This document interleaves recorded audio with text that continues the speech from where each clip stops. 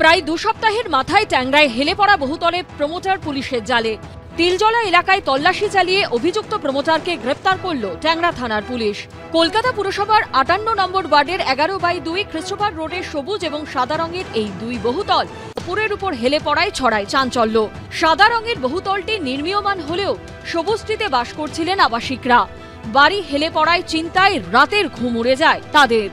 এই আবহে সাদা রঙের নির্মীয়মান বহুতল ভাঙতে গিয়ে ফ্ল্যাটের মালিক ও জমিদাতাদের বিক্ষোভের মুখে পড়েন পুলিশ এবং পুরসভার কর্মীরা। এসবের মাঝে বেপাত্তা ছিলেন বেআইনি দুই বহুতলের প্রমোটার রজতলি এবং সুরজিৎ মান্না। মঙ্গলবার গ্রেপ্তার করা হলো হেলে পড়া সবুজ বহুতলের প্রমোটার রজতলিকে। তাকে আদালতে পেশ করা হলে শনিবার পর্যন্ত পুলিশ হেফাজত হয় তার। অন্যদিকে বাঘা যতীনের হেলে পড়া বহুতল কাণ্ডে হরিয়ানার যে সংস্থাকে দিয়ে মেরামতি শুরু হয়েছিল তার কর্ণধার অভিষেক নাগরাকে এদিন আদালতে তোলা হয়। সোমবার পর্যন্ত তাকে পুলিশ হেফাজতের নির্দেশ দেন বিচারক।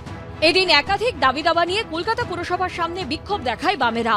সেখান থেকে শহরের একের পর এক বাড়ি হেলে পড়া নিয়ে সরব হন কলকাতা পুরসভার প্রাক্তন মেয়র বিকাশ রঞ্জন ভট্টাচার্য। কারা কনস্ট্রাকশন করেছে? কনস্ট্রাকশন করার সময় পুরসভার নজরদারি কোথায় ছিল?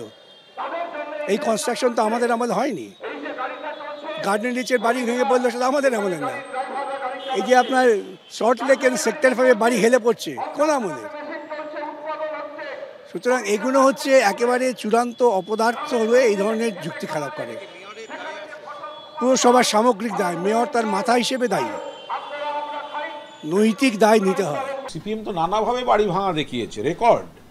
শিবালিক তো বহুতল বাড়ি ভেঙে গেল, সিপিএম এর বন্ধু প্রমোটার। আর তারপরে বউবাজারে আরডিএক্স বোঝাই বাড়ি ব্লাস্টে গোটা বাড়ি উড়ে গেল, জঙ্গিদের পুস্ত সিপিএম রশিদ খানের বাড়ি। তো বিকাশ ভট্টাচার্য এইগুলো নিয়ে বলুন। জান না কলকাতা এখনো এমন বাড়ি আছে যেগুলো সেই বাম জমানা থেকে তৈরি হওয়ার পর থেকে এইভাবে বহুতল বাড়ি হেলে জুড়ে আছে। তো সেগুলো গিয়ে ব্যাখ্যা দিন।